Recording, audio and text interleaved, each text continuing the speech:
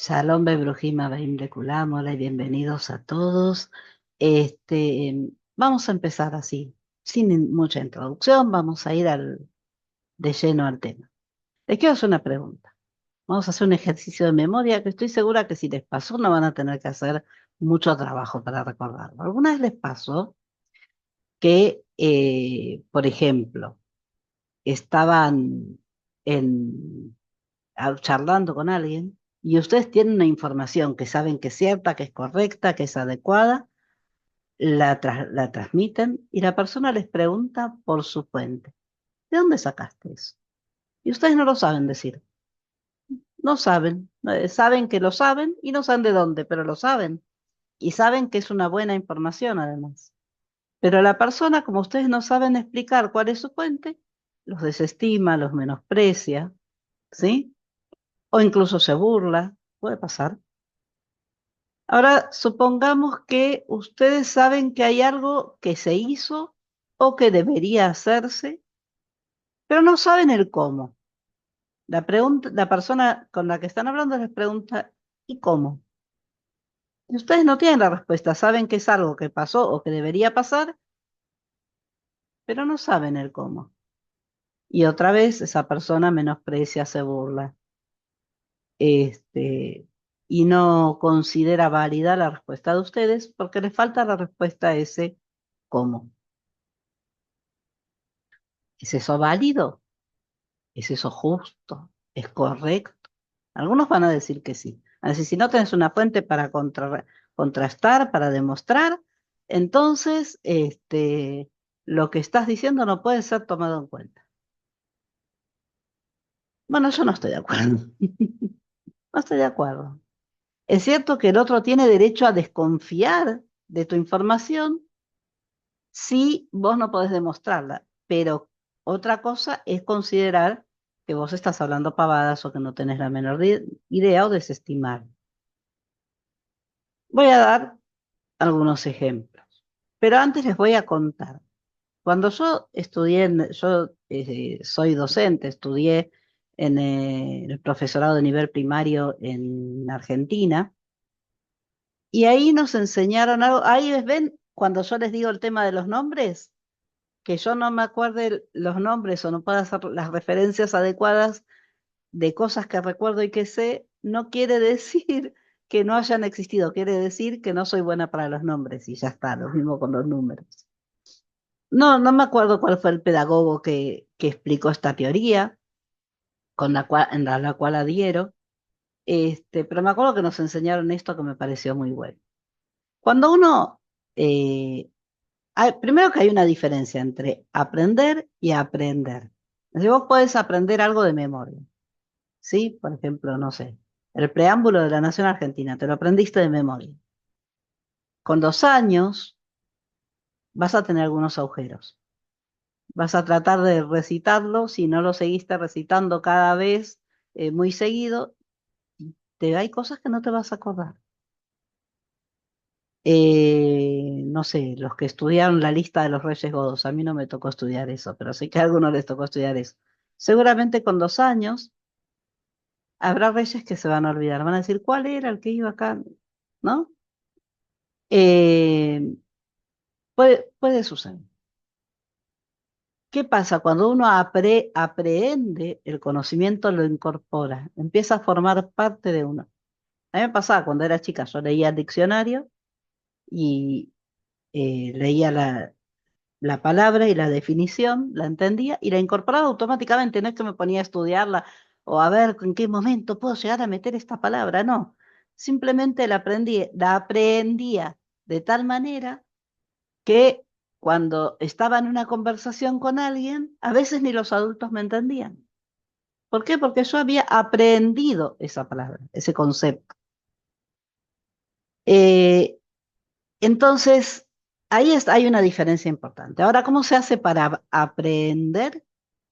Tiene que ver con una especie de red de conocimientos, ¿no? Hay algo que forma como una huella en nuestra mente, donde queda fijado, por algún motivo queda fijado en nuestro recuerdo, en nuestra mente o lo que sea. Incluso algo que por ahí estudiamos de memoria, es el primer indicio o algo que observamos y nos quedó registrado.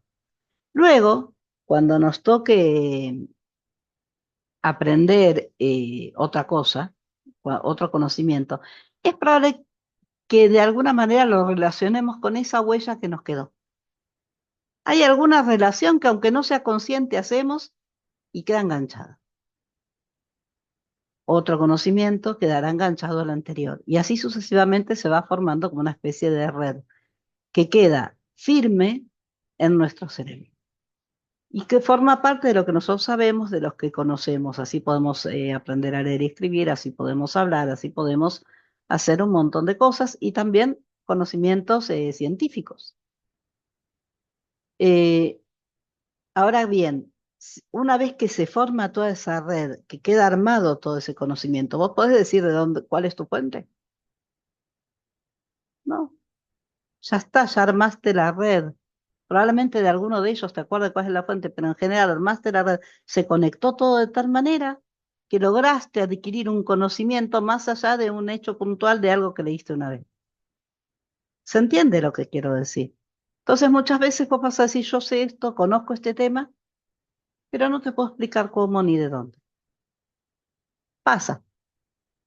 Me ha pasado un montón de veces y seguramente muchos de ustedes se sienten identificados con esto, porque tampoco es que yo sea extraterrestre, aunque muchas veces pueda parecerlo, pero estoy segura que le pasó a muchos más y que es algo más común de lo que yo pienso.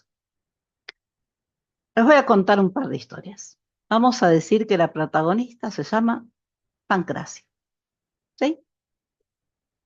Pancracia, en la escuela secundaria, creo que en otros países se llama preparatoria, eh, tenía un profesor muy bueno de literatura. A ella era su materia preferida, le encantaba la literatura.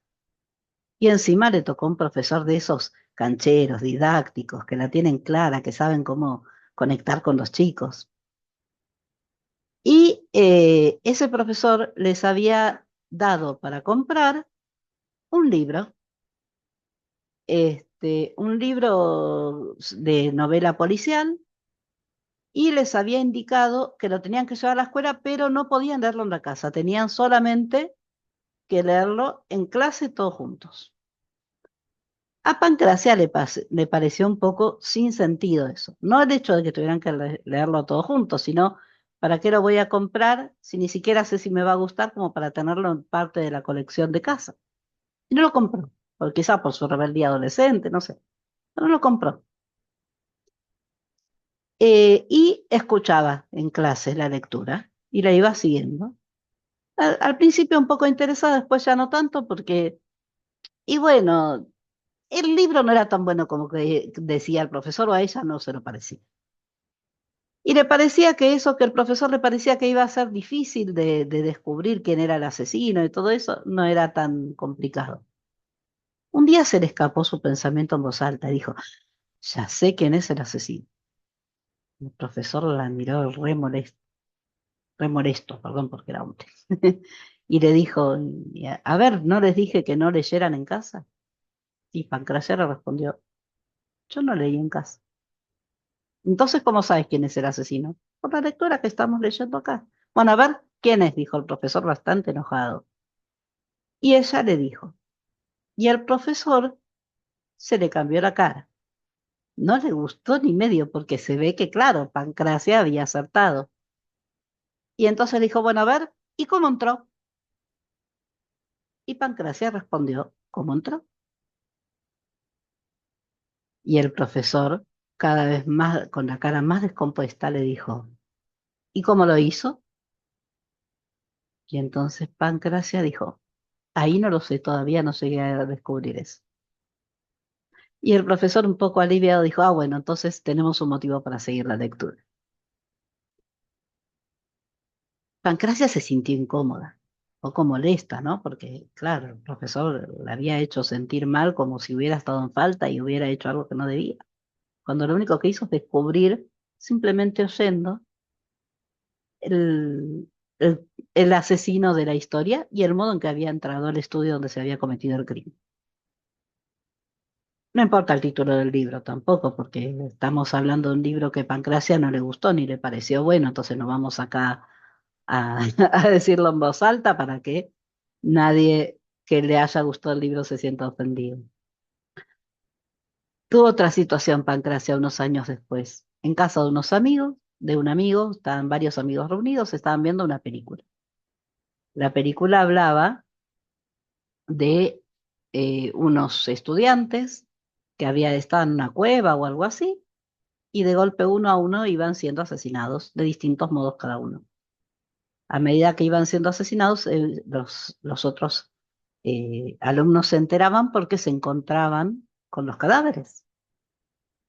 En una de las escenas, ellos van caminando por una especie de puente van por un puente arriba de una especie de río o algo así, y ven flotando el sombrero de uno de los alumnos. Y saben o aseguran saber que fue el siguiente asesinado. Pero Pancracia no la convencieron tan fácil. Pancracia dijo, no, ese no fue asesinado, ese es el asesino. Claro, los amigos que estaban con ella se empezaron a burlar, vos qué sabés, qué estás diciendo, no ves que está ahí flotando en el río el sombrero del muerto. Y ella dijo, no, pero en los otros casos se vieron los cuerpos, si acá solo se ve el sombrero, ¿no les resulta sospechoso? Ese es el asesino. Les voy a hacer spoiler porque igual ni les dije el título de la película, pero Pancracia tenía razón. El supuesto asesinado que se le vio solo el sombrero era el asesino. Ustedes piensan que los amigos se disculparon, ¿no? Empezaron a justificarse, no, bueno, acertaste, fue casualidad, fue voleo, no se podía saber. Para Pancracia era una obviedad. ¿Qué intentó? ¿Por qué les cuento estas dos historias? Porque en los dos casos, Pancracia tenía razón, sabía la verdad, le faltaba el cómo. Porque en el caso de la película Pancracia tampoco supo cómo el asesino logró asesinar a cada uno de esos alumnos, pero sabía que había sido él. Le faltaba el cómo. Entonces vamos a menospreciar a Pancracia, porque le faltaba una parte del conocimiento. No, el resto del conocimiento estaba bien. Eh, en un accidente de tránsito hay, no sé, no digamos que 5 personas que son testigos. ¿Cada una va a contar lo mismo? No, ¿verdad? ¿Por qué? Porque depende de dónde están posicionados, de en qué momento vieron el accidente, de si tiene alguna relación con alguno de los que formaron parte del accidente o no. Cada uno contará su versión, incluso no será lo mismo que el que estaba dentro del auto, si la puede contar, ¿no? Vamos a ver otro ejemplo. Una persona parada en el medio eh, no sé, en el medio de un salón. Ustedes lo miran de frente y lo ven de una manera. Ahora se agachan a recoger algo que se les cayó al piso, miran para arriba y lo ven de otra manera. Si lo tuvieran que describir, incluso probablemente lo describirían distinto de cómo lo vieron de frente. Ahora digamos que tienen que ir al piso de arriba y lo miran a esa persona asomada a la baranda. ¿La verán igual? No, ¿verdad? Y seguramente si tienen que hacer una descripción, será distinta, porque el punto de vista importa. ¿A qué viene todo esto? ¿Por qué les estoy diciendo todo esto? Con respecto a Israel, ustedes escuchan a muchos youtubers diferentes. Nos une la búsqueda de la verdad, el amor a Israel, el apoyar a Israel, pero tenemos una visión diferente de algunas cosas, guiados por diferentes motivos, por diferentes puntos de vista, porque por diferentes experiencias, por diferentes conocimientos anteriores. O por diferentes maneras, porque también a la hora de analizar un tema hay diferentes maneras de hacerlo. Y entonces probablemente esas diferencias a la manera de analizar, de la manera de analizar un tema pueda hacernos llegar a conclusiones distintas. Un ejemplo, el eje Filadelfia. fue muy debatido, ¿verdad? Yo les dije mi opinión acerca de que opino que Israel se tiene que quedar ahí y a la vez tiene que tratar de rescatar a los secuestrados. Alguien me dijo, ¿y cómo? ¿Cómo se va a rescatar a los secuestrados si no dejan el eje de Filadelfia, que eso perjudica al acuerdo? Bueno, me falta el cómo, soy como Pancracia. Me falta el cómo. ¿Por qué? Porque si yo supiera cómo, no estaría acá en YouTube hablando con ustedes, sino que sería parte del Servicio de Inteligencia de Israel. Que, dicho sea de paso, desde mi punto de vista, son parte responsable de lo que pasó el 7 de octubre. Ellos deberían haberlo visto venir, deberían haberlo tratado de evitar. Así que ahora les toca resolverlo y no esperar que todos lo resolvamos los opinólogos, ¿verdad? Entonces yo puedo decirles mi opinión es que tienen que quedarse ahí porque nos tienen que defender a todo el resto de los israelíes y a la vez tienen que rescatar a los secuestrados. El hecho de que yo no sepa cómo se hace no quiere decir que mi opinión no sea válida. Otra persona, otro youtuber dijo no, o no uno solo, más de uno lo escuché. Otros youtubers dijeron no, se tienen que ir del eje Filadelfia y total, después pueden volver a entrar. Y mi respuesta es sí, pueden volver a entrar. El problema es el entretanto, no el antes y el después, sino en el medio. Mientras no están ahí, ¿qué pasa? En mi opinión, pueden escaparse por ahí. Ahora, que esos youtubers que opinan que hay que quedarse, que hay que irse, opinan diferente a mí, quiere decir que no tienen razón en otras cosas, que no son válidos, que, que, que no están bien informados, que no deben ser tenidos en cuenta. No, bajo ningún concepto. Simplemente hay un punto en el cual diferimos y tenemos derecho a diferir. ¿Quiere decir que yo opine diferente, que mi opinión es inválida, que no vale, tiene que ser estimada? No. Probablemente ustedes tengan un tercer punto de vista, o un cuarto, o un quinto, y es tan válido como el de cualquiera de nosotros. En un momento como este no tiene sentido que nos pongamos, no, yo prefiero lo que dice Mengano, lo que dice Sultano, lo que dice, porque él la tiene más clara, ¿no? Porque él sabe más, ¿no? Porque yo estoy de acuerdo, entonces, como estoy de acuerdo con él en esto, entonces, evidentemente todo lo que dice tiene que ser así. No, sigan, si están suscritos a cada uno de nuestros canales, sigan estándolo, sigan escuchándonos y formen su propia opinión. Está bueno que vean youtubers que tienen diferentes opiniones sobre un mismo tema porque les sirve a ustedes para poder formar una propia opinión, una opinión personal y no dejarse llevar como borregos por lo que opina uno u otro. Bueno, quería dejarles esta reflexión porque no me dejaba dormir. Tuve varias noches pensando en este tema y quería alargarlo, quería sacarlo de adentro porque me parece importante, porque me preocupa que haya gente que pueda menospreciar a otros simplemente porque no coinciden o porque ese otro no tiene, le falta alguna pieza para terminar de completar su opinión. Recuerden, Pancracia no sabía el cómo, pero supo el quién y el a través de qué, por ejemplo. A Pancracia había hecho un buen análisis en los dos casos. Le faltaba una parte. Entonces, si alguien no recuerda las fuentes de algo, no quiere decir que no sepa, quiere decir que no le sabe decir las fuentes. Nada más. Que le falla la memoria o que formó esa red de conocimientos que está tan armada que ya es muy difícil identificar de dónde es cada cosa. Cuando uno incorpora el conocimiento, empieza a formar parte de uno, ya la fuente es lo de menos, porque ya es parte del conocimiento que uno incorporó, que uno aprendió. Así que bueno, habiéndoles dejado esta reflexión, que me vamos a ver juntos en el estreno y que quiero ver qué es lo que me van a comentar, qué es lo que van a opinar. Quiero ver también en los comentarios qué opinan, porque me interesa mucho lo que ustedes dicen, y a ver si me acuerdo esta vez de pedirles que dejen el like al video. Y bueno, Muchas gracias como siempre por escucharme, por prestarme atención, por apoyarnos a todos nosotros y que todos tengamos paz y amor.